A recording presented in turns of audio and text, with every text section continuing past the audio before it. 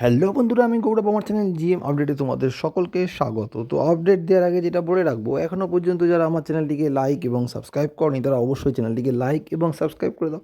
আর যারা ভিডিওটি দেখছো তারা কিন্তু মাঝখান থেকে স্কিপ না করে সম্পূর্ণ তথ্য পেতে শেষ পর্যন্ত পুরো ভিডিওটা দেখো। তো যে আপডেট রয়েছে যে ভারত ভিয়েতনাম সামুদ্রিক সম্পর্ক আরও মজবুত। ভারত এবং ভিয়েতনামের সামুদ্রিক সম্পর্কটা আরও গভীরভাবে কৌশলগত অংশীদারত্ব এবং জোরদার। ভিয়েতনামে নিযুক্ত ভারতের রাষ্ট্রদূত সন্দীপ আর্য তিয়ান শাহ বন্দর পরিদর্শন করেন যখন ভারতীয় নৌবাহিনীর জাহাজ দিল্লি শক্তি এবং কিলতান ভিয়েতনামের দা নাংয়ে একটি বন্দর পরিদর্শন করেন, যা ইন্দো প্রশান্ত মহাসাগরীয় অঞ্চলের সামুদ্রিক সম্পর্ককে আরও গভীর করার এবং সামুদ্রিক সহযোগিতা এগিয়ে নেওয়ার প্রচেষ্টা তুলে ধরে। রিয়ার অ্যাডমিরাল সুশীল মেননের নেতৃত্বে ফ্ল্যাগ অফিসার কমান্ডিং ইস্টার্ন ফ্লিটের নেতৃত্বে ভারতীয় নৌবাহিনীর জাহাজগুলি দক্ষিণ পূর্ব এশিয়ায় তাদের চলমান অপারেশনাল মোতায়েনের অংশ হিসেবে গত বৃহস্পতিবার কিন্তু তিয়ান শাহ বন্দরে পৌঁছেছে। রাষ্ট্রদূত আর্য রিয়ার অ্যাডমিরাল মেননের সাথে মতবিনিময় করেন এবং নৌবহরের অপারেশনাল প্রস্তুতি এবং উন্নত দেশীয় ব্যবস্থা সম্পর্কে অবহিত হন।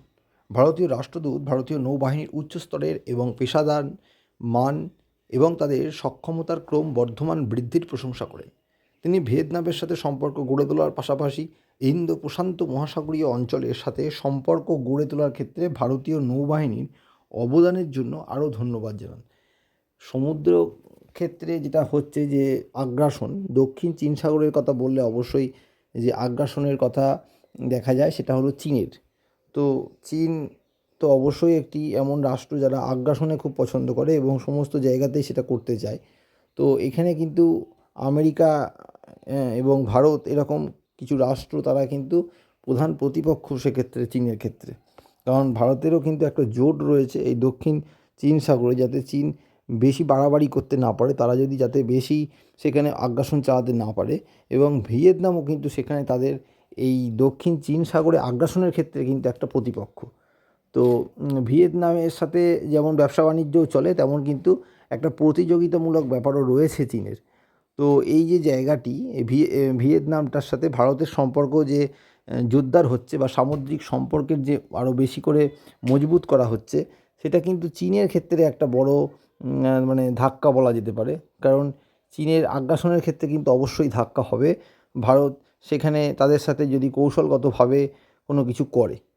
তো ভিয়েতনাম প্রিপারেশন নেভি এবং ভিয়েতনাম প্রিপারেশন কমিটি কর্তৃক জাহাজগুলোতে আনুষ্ঠানিকভাবে স্বাগত জানানো হয়েছে, যা ভারত ভিয়েতনাম দ্বিপাক্ষিক সম্পর্কের উষ্ণতা এবং ক্রমবর্ধমান প্রতিফলন। সফরকালে ভারতীয় নৌবাহিনীর কর্মকর্তারা ভিয়েতনামে পিপলস আর্মির সামরিক অঞ্চল 5, দ্য নাং পিপলস কমিটি এবং ভারত ভিয়েতনাম পিপলস নেভির নৌ অঞ্চল 3 এর ঊর্ধ্বতন কর্মকর্তাদের সাথে দ্বিপাক্ষিক বৈঠকও কিন্তু সেরে ফেলেছে, যেখানে সামুদ্রিক সহযোগিতা, আঞ্চলিক নিরাপত্তা চ্যালেঞ্জ, প্রতিরক্ষা সহযোগিতা বৃদ্ধির ক্ষেত্রে, বিশেষ করে নৌক্ষেত্রে দৃষ্টিভঙ্গি বিনিময়ের জন্য একটি মূল্যবান প্ল্যাটফর্ম প্রদান করবে। অর্থাৎ ওই যে সামুদ্রিক নিরাপত্তা বা আঞ্চলিক নিরাপত্তা, যেটা ওই আগ্রাসনের কথা এখানে বলা যেতে পারে, যে সেটাকে রুখে দেওয়ার জন্যে পারস্পরিক আর কি আদান প্রদান বা যে তাদের তথ্য আদান প্রদান, এই সমস্ত পারস্পরিক সহযোগিতা।